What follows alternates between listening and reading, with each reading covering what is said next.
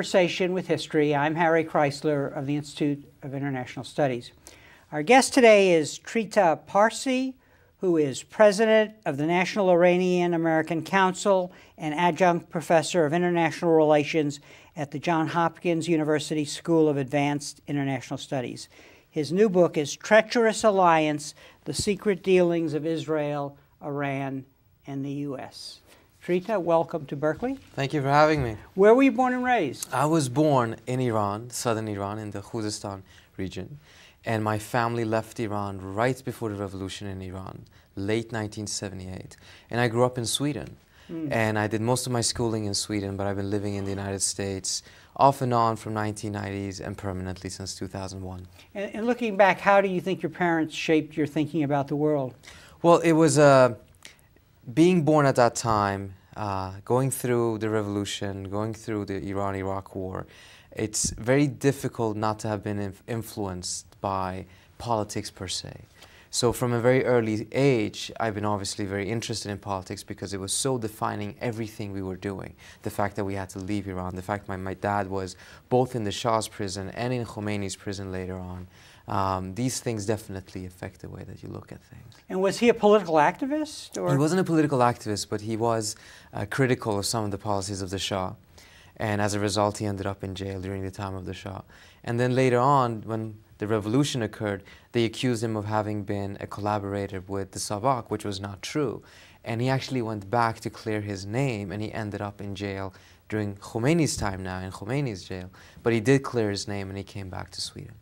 So was it almost inevitable that you would pursue academic studies in international politics? I think, you know, those things that happened at the age of 5, when I was only 5 years old, definitely had a tremendously large impact on the way the rest of my life would develop. Yeah. Where did you do your undergraduate work?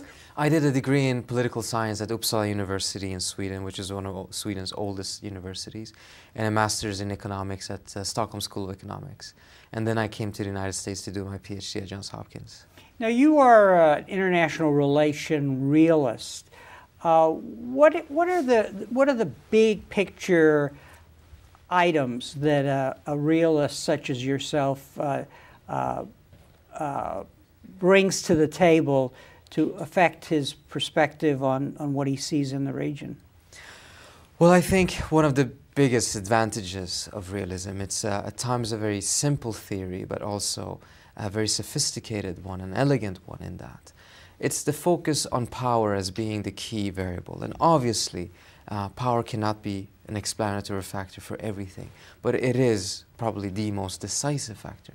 And I think it does help a lot because it enables you to see through all these various factors and all these different variables and be able to see the ones that are most important. And particularly when it comes to foreign policy making and the fact that every government has an interest in being able to conceal its true policies and its true interests by using rhetoric, by using ideology, etc. Being able to skim through that and actually go to the core of the matter. As a realist, when you look at the world, you're interested in the relations of each of the states to each other to help you get a sense of what the world looks like. Exactly. I mean, the realists are looking at the states. The states are the actors in a realist perspective. They're not looking inside of the state, they're looking at the relationship between the states. And they're treating the states as units that are the same. They're the same units in the sense that they're all pursuing their own interest, and there's not really a lot of moralizing taking place here.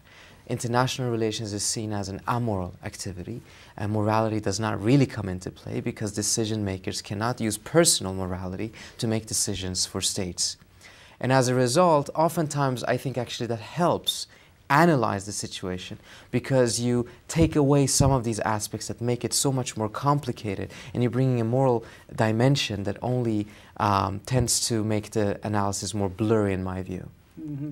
But the test, I guess, becomes, because you did define as your problem weighing the ideological aspects versus the aspects of geopolitics. You do have to get into the inside, right, of the individual actors. Absolutely. But you also, Certainly you have to get into the inside, and what I did for the book is that I did about 130 interviews with decision makers in all three countries. And I think that's one of the biggest contributions in the book, because the last book written on Iran and Israel was written in 1987 by an Israeli journalist, an excellent book by Samuel Segev. But it's a book that is based almost solely on interviews with Israeli officials and Israeli documents. It didn't have access to the full picture. So in the interviews, there's a tremendous amount of discussion then about what was the motivating factors, why did this decision be made at this specific time, and then trying to see, so what were the factors that were driving these decisions? Was it the ideological outlook of these individuals and these states? Was it the fact that Iran was now an ideological fundamentalist state? Was that the primary factor that was coloring every decision they were making? And if that was the case, how would their decisions be looking? And if it wasn't the case, why wasn't it? As you lay out your plan of study, what I want our audience to understand what it is you're accomplishing here, because in my view it's impressive. Namely, you are looking at Iran, you are looking at Israel, and their competition for leadership in the Middle East, and how that competition is affected and affects its relationship to the United States. And so let's talk a little about that big picture as you see it as a realist. Since 1991-93, when you had the end of the Cold War, what happens there is basically that the two factors that had pushed Iran and Israel closer together during the Cold War, the two common threats that they sensed, the Soviet Union and Iraq, were basically eliminated. The Soviet Union collapsed, and Iraq, though it wasn't eliminated, it was significantly weakened and defeated, and as a result, an entirely new power structure in the Middle East emerged. A reconfiguration of the geopolitical map of the Middle East, in which Iran and Israel now stood out as two of the most powerful states in the region. And this created a new situation. On the one hand, they felt that they were unchecked. There was no countries in between them that were powerful enough that could ensure that they couldn't become potential threats to each other. And at the same time, this effort to create a new order in the Middle East, which is essentially an effort to lock in a favorable balance of power, so that position that you're holding would be able to survive even when the underlying balance has shifted. That pits the most powerful states in the region against each other.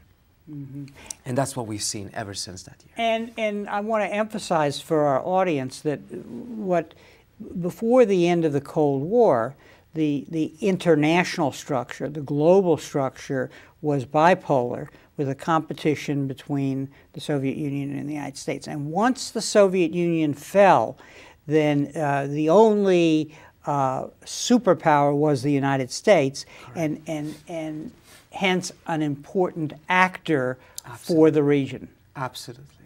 Not only because it's a superpower now, but because the United States enters the region through the Persian Gulf War and has a large military presence in the region as a result.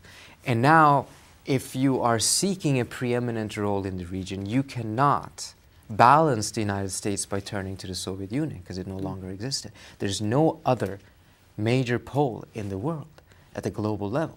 So it was necessary, if you want to reach that position of preeminence, to improve your relations with the United States. And this is exactly the direction that the Iranians were trying to go.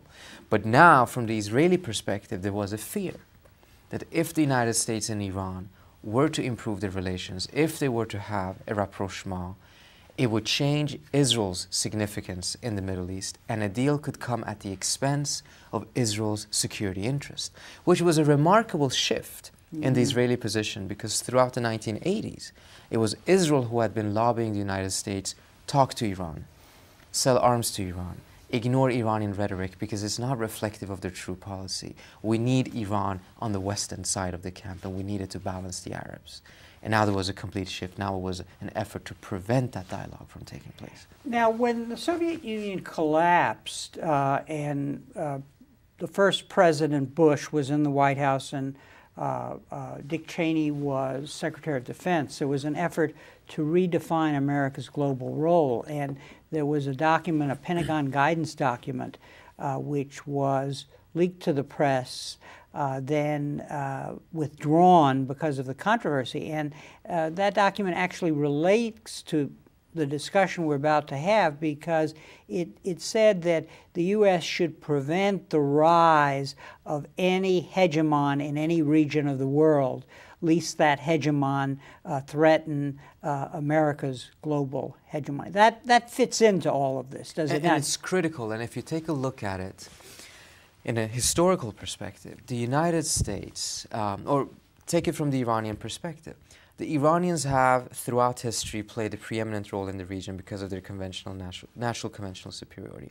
They've always had an interest in making sure that the Persian Gulf is part of the sphere of influence. And it's very difficult to imagine any Iran that wouldn't be doing so. Mm-hmm.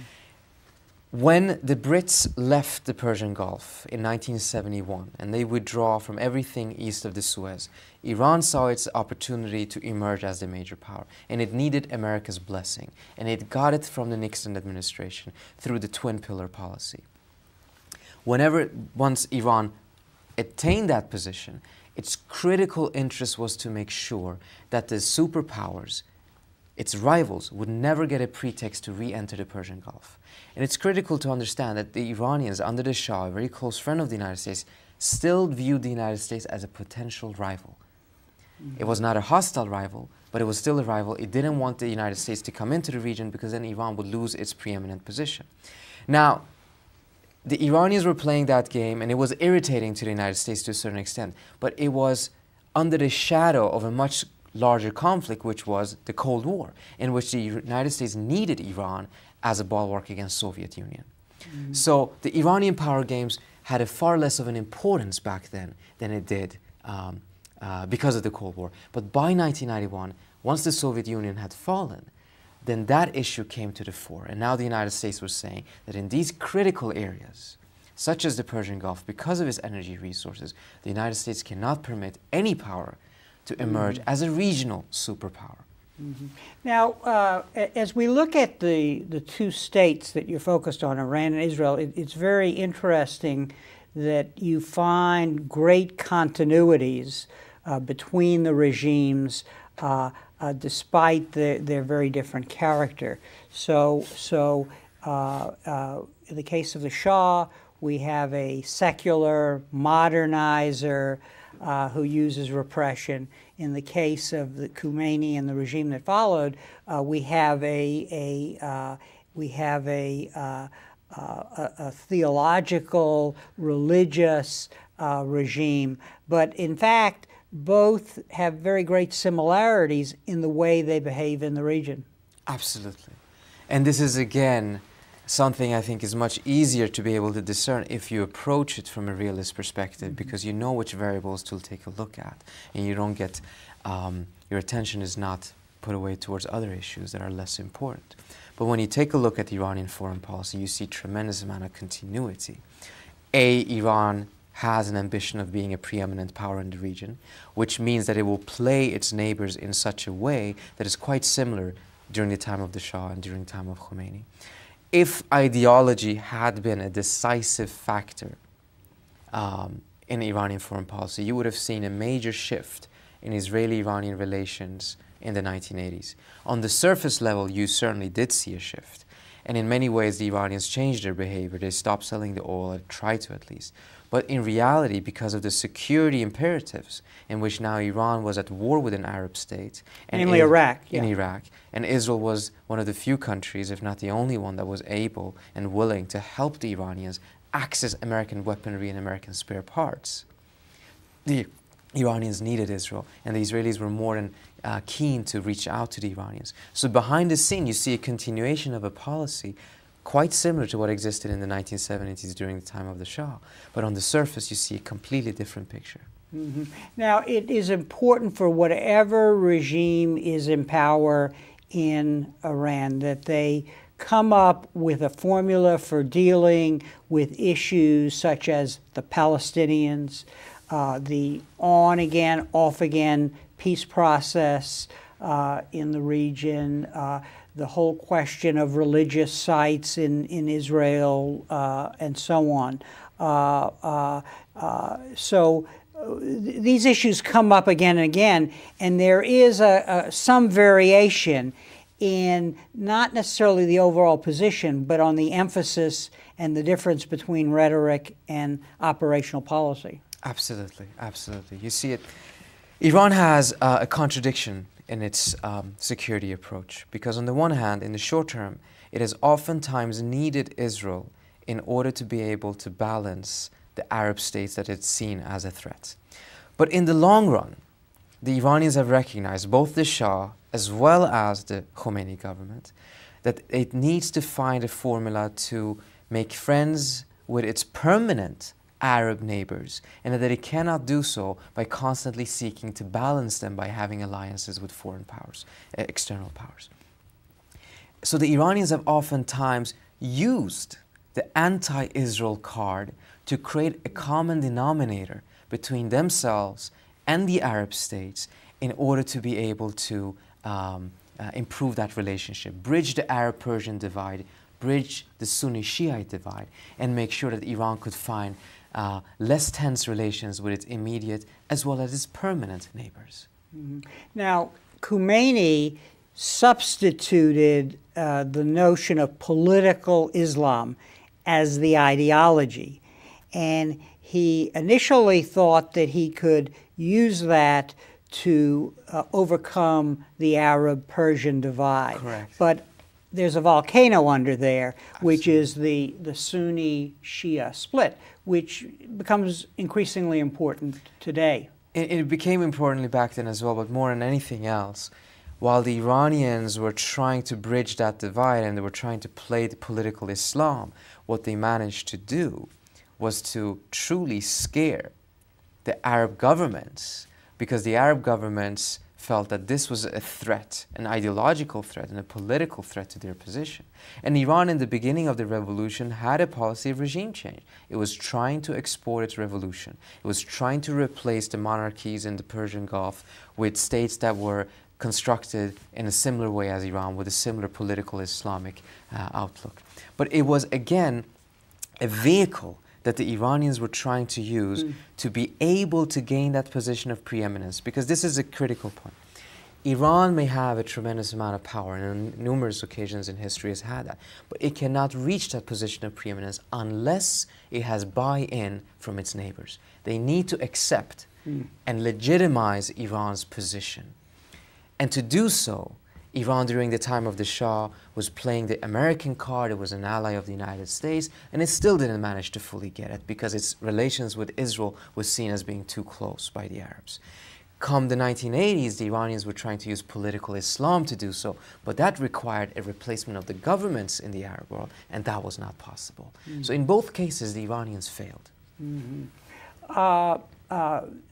There is this sense that when you're talking to a realist, that there's an automaticity about what's being described. This is not just a criticism of you, but it's a criticism that you can make against realists that does not take into account the nuances of the domestic situation.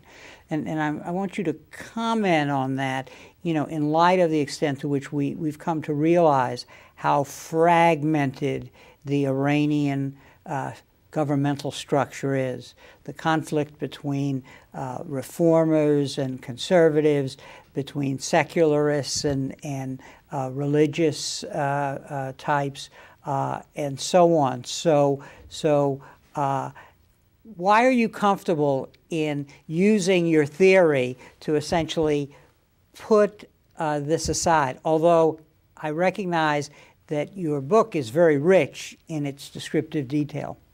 Thank you. And it was a very good question. And as you mentioned in the book, there is quite a lot of discussion about the tensions, not only on the Iranian side, but also on the Israeli side. It's very fascinating shifts and challenges internally in Israel. But I would approach it in this way. I think it is very important to recognize that domestic factors do matter. But at the same time, the question is, to what extent do they matter, and are they take precedent over other factors such as the regional structure. And in the case of Iran, I think we see two factors that, in my view, make the realist perspective superior. On the one hand, you have a region that is almost constantly in geopolitical flux. And secondly, the Iranians do not have sufficient amount of power to permit the internal decisions take the country in a direction that is at odds with geopolitical forces. If Iran was in the position of the United States, for instance, in which it was a very powerful state, then yes. And you can see how those internal matters, those ideological perspectives, can shift the country in a specific direction. But even in the case of the United States, I think we've seen that clearly now in the last 7 years.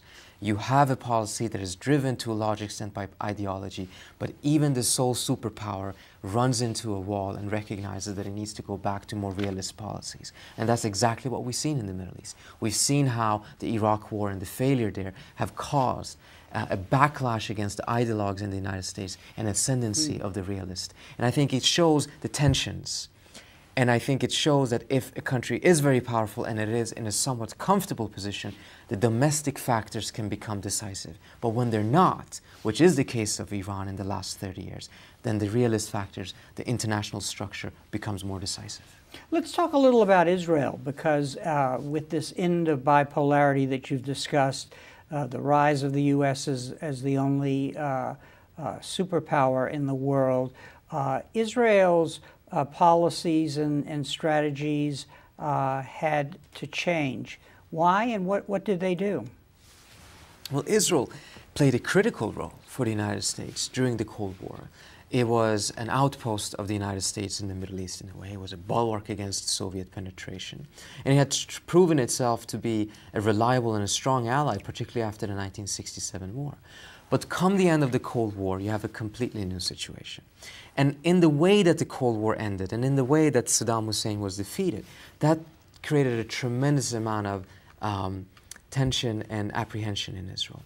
Because the United States, during the Bush administration, the senior Bush administration, put together an international alliance to evict Saddam from Kuwait. And it was critical for the United States to make sure that the Arab states were included in that alliance.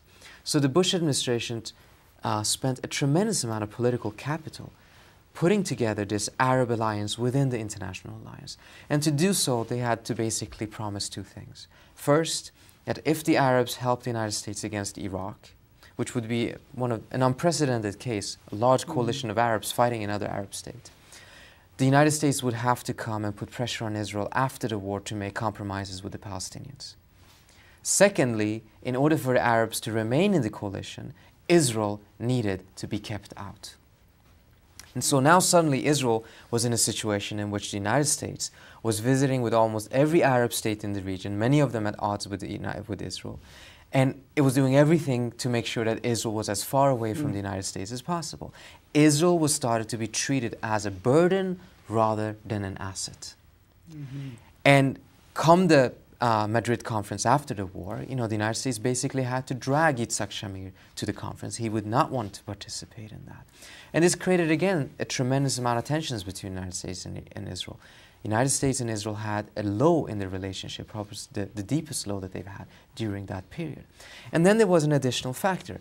If now the United States is going to cozy up to the Arabs, and in addition to that, have a rapprochement with Iran, an Islamic fundamentalist state in the region, which could offer the United States tremendous strategic benefits because of its position in the region, because of its energy resources, because of its access to the Caspian Sea and the energy resources there, then where would that leave Israel in the strategic outlook of the United States? This was a major challenge that Israel was facing. And in fact, Israel was dealing with a number of domestic problems about which it had to shift its position. I have in mind here the occupation, the territories. Would there be a peace process with the Palestinians? And it saw that it had to respond to the U.S. Urgency in wanting to resolve the questions of war and peace with regard to the Palestinians. So how did this change in Israeli policy under Rabin toward embracing the Oslo peace process affect Israel's position vis-a-vis Iran? It was defining. As you mentioned, in Israel, the Intifada had continued for quite some time. There was a surprise in Israel to the tenacity of the Intifada, how long it could keep on. And there was a feeling also that this was corrupting Israel's youth. This was creating major problems for Israel. It was not worth the cost. And there was a necessity to be able to find a new equation there. And at the same time, there was a recognition, particularly in the Labour Party, that there was a need for a new regional outlook. Israel had been guided for several decades, off and on, with varying intensity, by a doctrine called the doctrine of the periphery. The idea that Israel needed to guarantee its security. The best way of securing itself was by creating alliances with the non-Arab states in the periphery of the Middle East. Basically, Turkey, Ethiopia, and most importantly, Iran. In order to weaken the vicinity, the Arab vicinity, the inner and the outer circle of the region. But now, because of the geopolitical shift, because of the defeat of Saddam Hussein, the vicinity was no longer a conventional military threat to Israel. The threat came primarily from inside Israel because of the occupation, because of its loss of a strategic significance to the United States, and then potentially from Iran as a powerful periphery power. So there was a recognition in Israel that they needed to invert the periphery doctrine. Now the vicinity was needed to be befriended in order to be able to face off a potential threat from Iran. And the threat from Iran at the time was highly exaggerated by the Israelis. And it was deliberately done so as a political tool of convincing the Israeli public that now, after 2 generations of growing up seeing the Palestinians as mortal enemies, they're suddenly peace partners.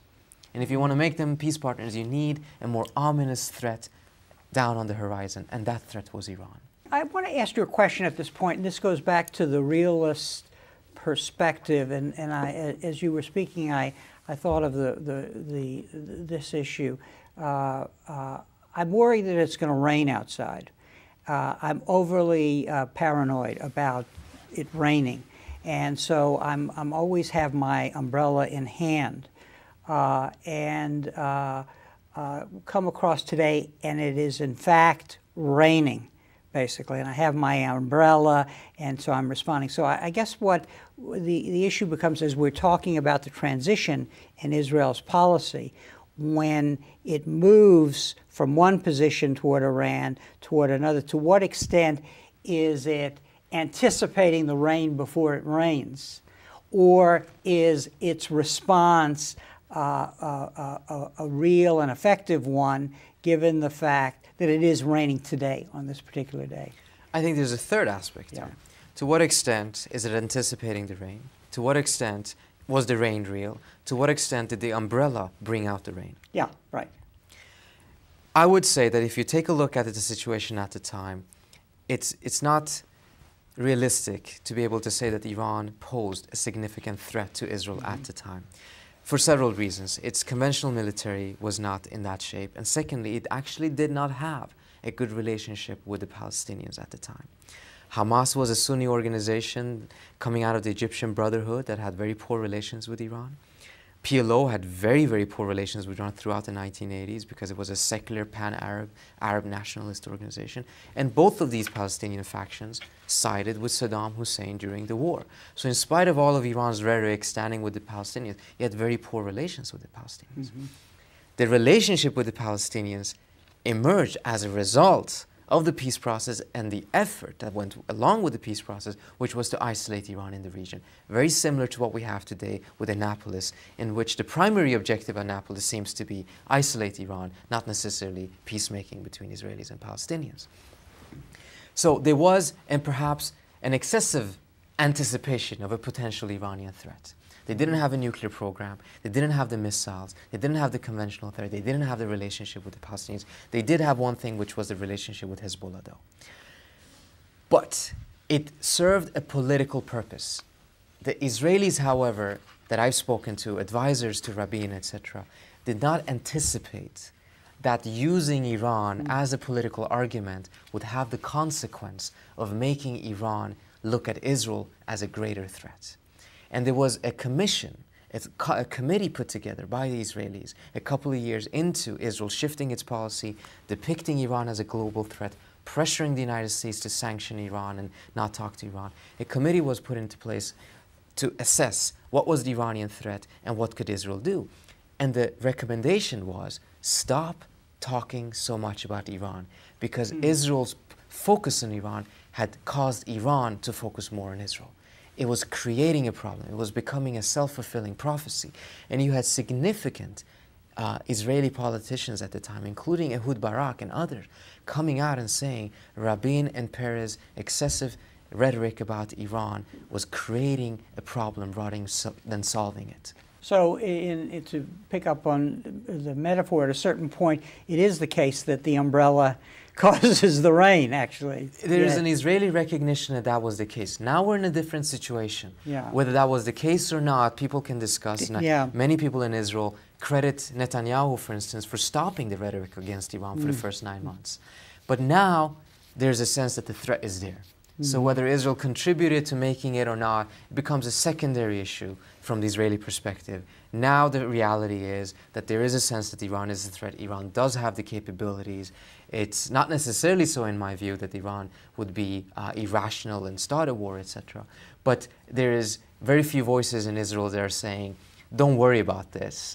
This is made up to be bigger than it actually is. By now, there is a recognition that there is a real problem.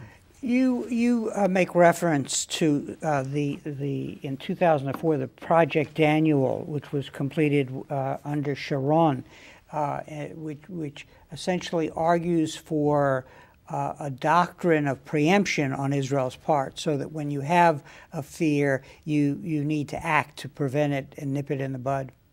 Yes, Project Daniel, I think, is a project that, if you take a look at the thinking, the perspective, it's extremely similar, if not identical, to the perspective of the neoconservative movement in the United States. The emphasis on preemption, the emphasis on the idea that the nature of a regime is inherent on how the behavior of the regime is. You cannot change the behavior of a regime that has the wrong nature. You can only change it. You can only defeat it. You can only eliminate it. And in that document, I think there's tremendous simplifications that are being made that in the long run are going to be, not even in the long run, in the short term, in the medium term, are going to be very negative for Israel itself. They're lumping all the Arab states together with Iran. They're arguing that the Arabs and the Iranians inherently are irrational. And as a result, you cannot have deterrence. Because if you cannot, you need to have a rational actor on the other side in order to be able to deter them. And if you cannot deter the other side, then you cannot have a policy of containment. You can only have a policy of elimination and preemption, and in reality, preventive measures. Because preemption would indicate that there is an attack about to happen, which is not the case necessarily. Prevention means that you're going to take care of it decades before it even potentially could become a problem. Bottom line, when you read your book, you're left with the impression that what then becomes very important for both Israel and Iran is their relationship to the United States, getting its ear, winning its support, and its understanding. And throughout the book, you are showing examples during this period we're discussing where really Iran loses out. They're kept out of the Madrid process. Today, in the last few days, they've not been invited to the Annapolis conference. And the war on terrorism, which we adopted after 9/11, has a nice fit with the way Israel came to view the problem of terrorism, because in fact Iran did turn to supporting terrorism as it was isolated and contained. Talk a little about the importance of winning U.S. support, and explain to us why which side wins over the other. It is critical because at the end of the day, as we spoke earlier on, the United States is the sole global power, superpower.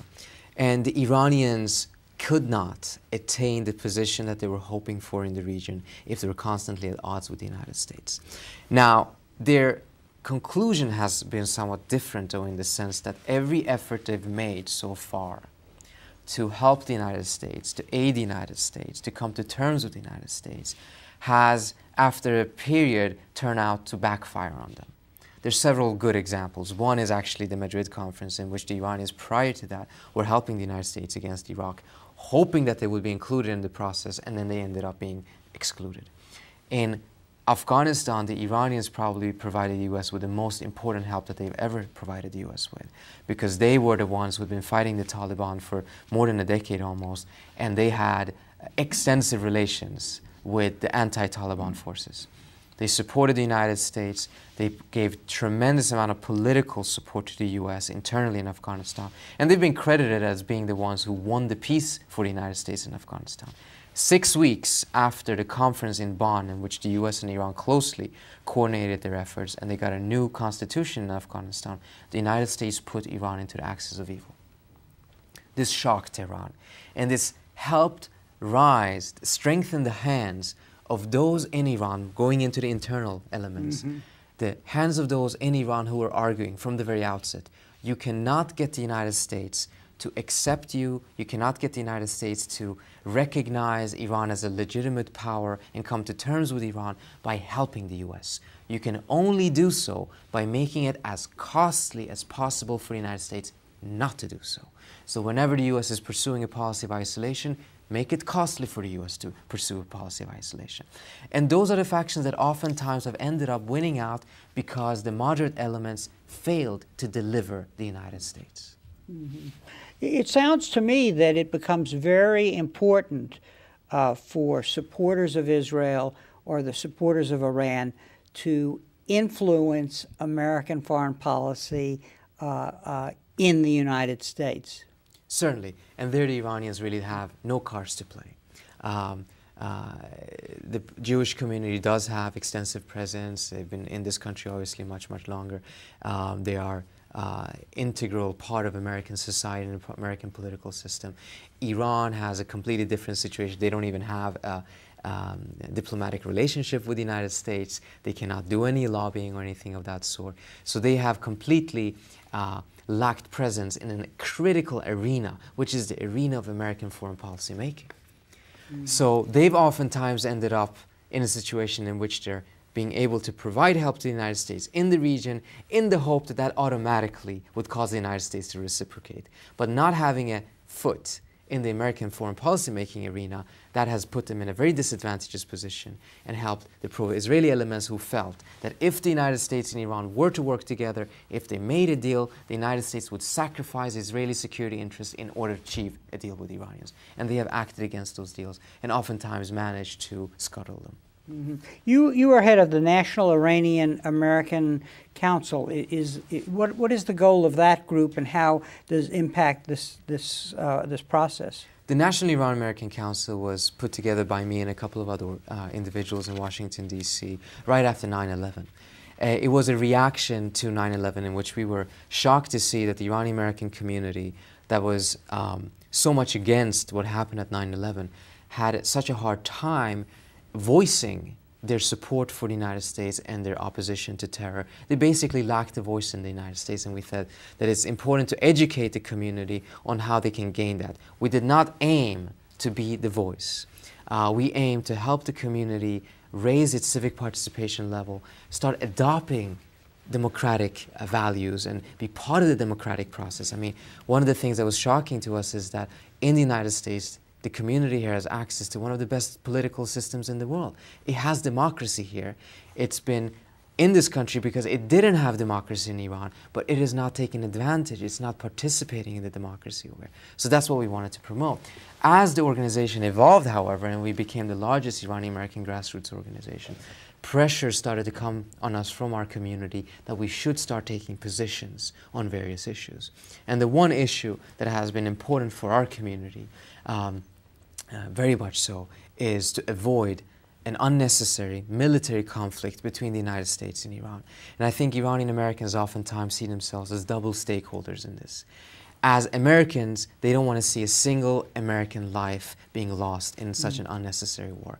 As Americans of Iranian descent, they don't also want to see their grandmothers being bombed by the United States. So they have double staking, making sure that this conflict can be resolved in a peaceful manner.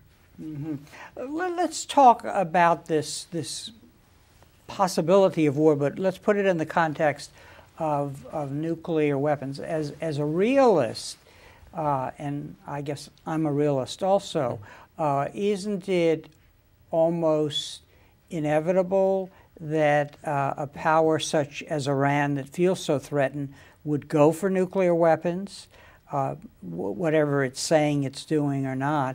And then if it did, would it matter? I think that's a very, very important question that oftentimes is not being asked. And I would say on the first part of your question, it was a critical phrase that you use, a power like Iran that is feeling that it's threatened. That's critical because there's two factors right now, I think, that are important to understand the Iranian nuclear program. On the one hand, Iran would actually lose significant strategic value if it did go for a nuclear weapon. And I explain why. Iran has managed to play a critical role in the region, a preeminent role in the region, for the last 3,000 years, more often than not, precisely because of its conventional natural superiority. It is one of the largest countries, it has one of the largest land masses, one of the largest populations, and a tremendous amount of natural resources, and a history of statehood.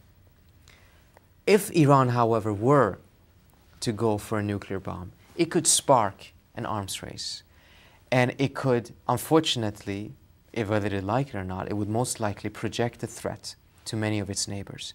And some of these neighbors, much smaller neighbors, as an example, perhaps Kuwait, could either opt to go for a nuclear bomb or buy a nuclear bomb. And if then Kuwait and a couple of other states do so, Iran would lose its national superiority, precisely because Iran and Kuwait would then be at strategic parity because both can destroy the other. And then Iran would lose its legitimate claim to be able to say Iran deserves to be a preeminent power. So strategically, going for a nuclear weapon for a country like Iran in that regional setting where it has a natural superiority conventionally is a very negative thing. And I don't think it's a surprise that the two most populous nations in the region, Iran and Egypt, in 1974, initiated this effort to create a nuclear-free Middle East because they're the ones who would lose out the most if the Middle East became nuclearized. They're the ones that have the least comparative advantage for a nuclear weapon. A small state, however, does have a comparative advantage for a nuclear weapon. And that's where the phrase that you mentioned comes in that makes it so important. Because the one factor that most likely is pushing Iran towards that deterrence is the threat that the United States is posing to Iran in the Iranian perspective. That's the one threat that Iran lacks an effective deterrence against. And that's the one threat, one factor that could overcome this other driving force that is going against a nuclear weapon and cause the Iranians to go for it. What the Iranians are doing right now and what they were doing during the time of the Shah, I think, is very similar. They're going for a capability. They're going to be standing at the edge of having a nuclear weapon, but they're not going to go for a weapon unless they sense that there is an imminent threat, because they recognize the very negative effects it would have for Iran strategically if they unnecessarily went for a nuclear weapon. If you look at the American domestic political scene, there seems to be, with the exception of your organization and the Iranian community, little support, broadly based, to change the containment isolation policy of Iran. How do you make a compelling argument like you just made politically acceptable in the American debate? Well, actually, I would say that there's a really interesting shift taking place right now, and I think it's because we're at a geopolitical climax. The cost of pursuing an unsuccessful policy for a couple of more years is becoming exponentially greater than it was just in the last few years. So more and more groups are coming out, more and more presidential candidates are saying that they favor diplomacy, they want to see negotiations, and they want to see a new equation with Iran. And this is quite unprecedented. You did certainly not have this in the last elections, and certainly not in 2000 either. But I think the most important argument in this sense is that the policy of trying to create a stable order in the Middle East based on the exclusion of some of the most powerful states is doomed to fail. It is simply not possible because it goes against the geopolitical forces of gravity. Because a policy of excluding powerful states give those states incentives to undermine U.S. foreign policy and U.S. interest in the region. And in the case of Iran, it's quite obvious. Iran does have the capabilities to undermine U.S. policy. It's done so on numerous occasions. And it's oftentimes a function of Iran being excluded. And even if the policy was aimed at excluding Israel or a small state, it would be equally problematic in my view. They may not have the same capabilities to undermine it, but you cannot create a stable order in the Middle East based on the exclusion of some major powers. Imagine trying to create a new order in Europe, a new stable, peaceful Europe, based on the exclusion of Germany.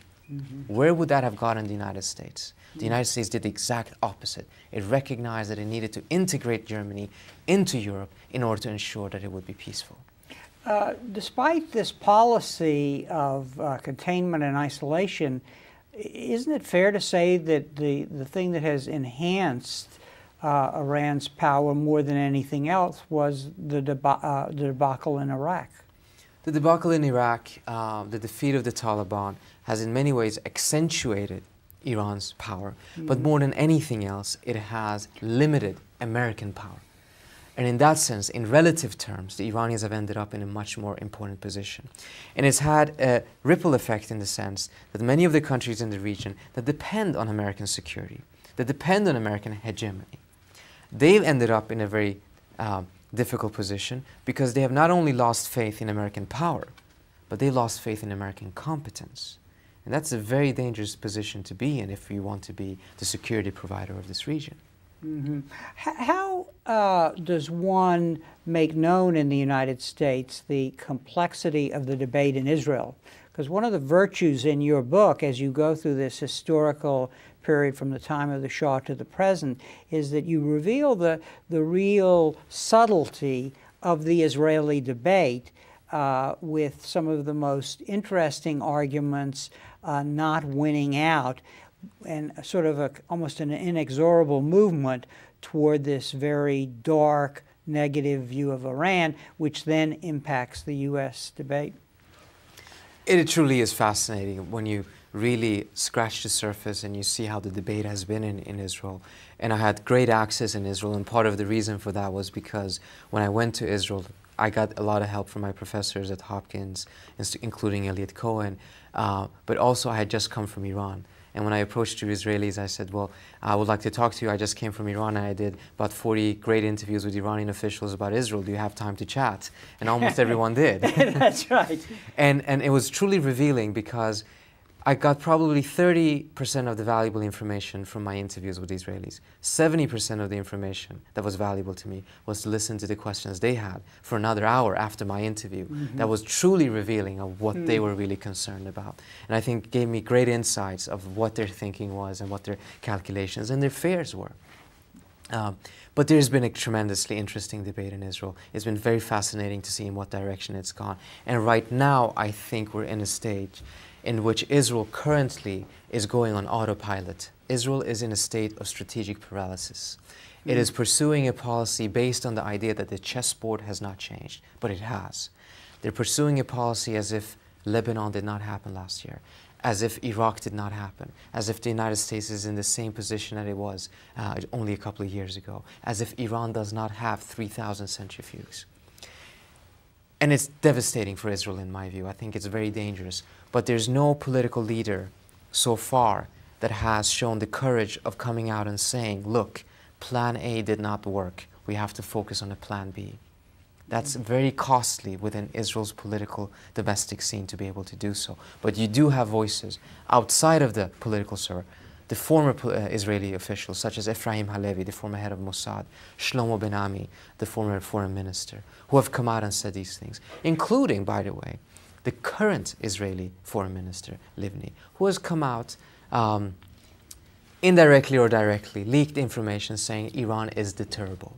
That's a critical sentence, because if the Israelis say, which I know that they believe, most of them, Iran is deterrable, then that paves the way for completely new policy options. But it also means that pressure is off of the United States to pursue Plan A, which is to do something drastic about Iran's nuclear program.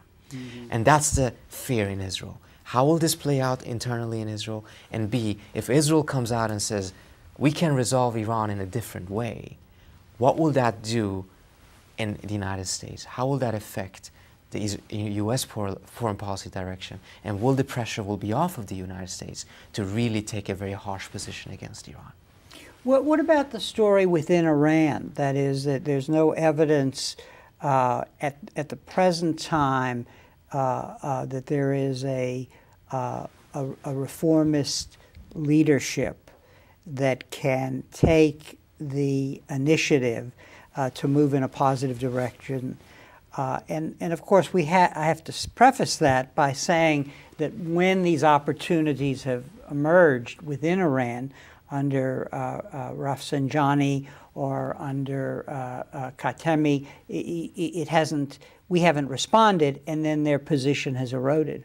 That's true, but at the same time, there has been numerous cases in which the United States has reached out to Khatami, for instance, and there was the Iranians that didn't respond. The Iranians lost a lot of opportunities as well. Same thing with Rafsanjani during 1996, because then it was actually Benjamin Netanyahu who was reaching out to Iran. He didn't believe in the peace process, so he felt that he needed to have some sort of relationship with Iran, somewhat of a reflective of the periphery thinking again, and the Iranians were not interested.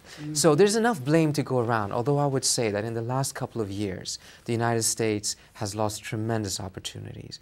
And those lost opportunities has, as you pointed out, eroded the position of the more pragmatic elements and directly affected the rise of the more radical elements such as Ahmadinejad right now. Right now, I would say that you would have a hard time seeing a pragmatic force in Iran rising, coming to a prominent position in Iran's foreign policy circles, unless there is a shift on the American side.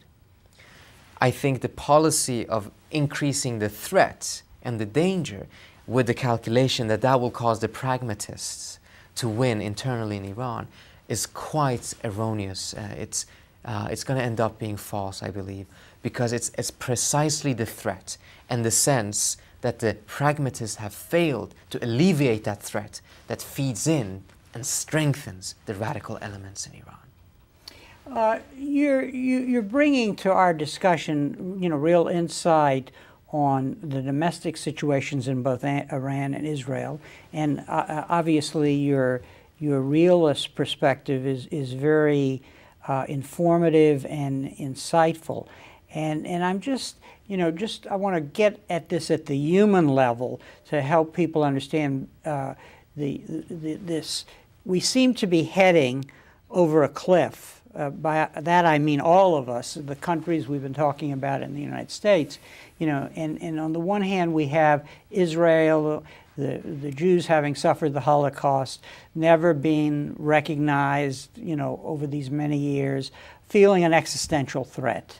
On the other hand, you have conservative reactionary forces in Iran who use language which may be for political purposes and not operational, but on the other hand, in this kind of environment, it's hard to say what is really meant by the words. Sure. And all of this in a context in which one country is pushing ahead with nuclear weapons, and in the context in which the great superpower seems to be confused and often ignorant about the realities on the ground in the Middle East and so on. So where is the hope? Where can we bring the insight and the information to the table to lead to decisions that will kind of change the behavior on the Israeli side and on the Iranian side? Let me first say one thing on the Holocaust comments, and I think you're absolutely right.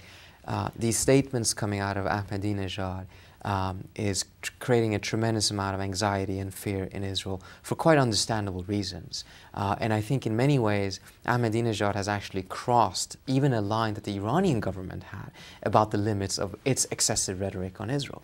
Because in 1979, one thing we shouldn't forget is that Iran still holds the largest Jewish community in the region outside of Israel. Still 25,000 Jews living in Iran. They've been living there for 2,500 years. They are an integral part of Iran's history, its culture, its politics, its society, and everything. But in 1979, the Iranian Jewish community's leaders approached Khomeini with a proposal, basically asking Khomeini to issue a fatwa, a religious decree, that the Jews of Iran are to be protected in the Islamic Republic as a recognized people. And in return, the Jews of Iran would remain quite anti-Zionist, because the Jews of Iran had never really been very strongly pro-Zionist. Khomeini accepted the proposal, issued the fatwa, and ever since the Jews have essentially been protected. They have their schools, etc., numerous synagogues in Iran. Certainly there's a tremendous amount of problems being of any religious minority or political minority in Iran. I don't want to minimize that, but it's still an interesting situation there. But the Holocaust comments, that goes beyond political opposition to Israel. That is attacking the very core of the Jewish people's experience. And that is something a lot of people inside of Iran itself has been feeling very uncomfortable with, including people inside the Iranian government. And one of the things that I think, in my view, has cast a very dark shadow over the Iranian nation with these comments is the fact that Iranian diplomats in France during the Second World War were actually helping French Jews flee to Iran and flee from the Nazis by providing them with Iranian passports. And there's been a long history of that. Almost every Iraqi Jew that is in Israel today fled through Iran, and the Iranian government was helping Israel being able to repatriate many of the Jews. So there's been a long history of friendship between the two peoples, and the Holocaust comments is casting a very, very dark shadow over that. But as to your question of what can be done right now, I think the dangerous position that we're in right now is it's basically 1914. It's not 1938, some people are saying. It's 1914. We have discarded diplomacy, and I think that's certainly true for some of the aspects of the current administration's foreign policy. We have abandoned foreign policy making to military strategy, and particularly this idea of preemption that is not prevalent in the United States is part of that. So a single shot, just like in 1914, can spark a major conflict in the region. And what we need in order to be able to offset that, what we need to make sure that these power shifts, these very, very large power shifts, do not end up in a major geopolitical war, is to have a tremendous amount of diplomatic activity. Because if we don't, unfortunately, war can become inevitable, because these shifts rarely take place peacefully unless there is diplomacy. And unfortunately right now, I wouldn't characterize the foreign policies of Iran, Israel, or the United States as being characterized by diplomacy. Trita, on that note, I want to thank you very much for being on our program. I want to show your book again to our audience and recommend it highly as something to read and stay informed about the current situation we're in. Thank you again. Thank you so much. Appreciate it. Thank you. And thank you very much for joining us for this conversation with history.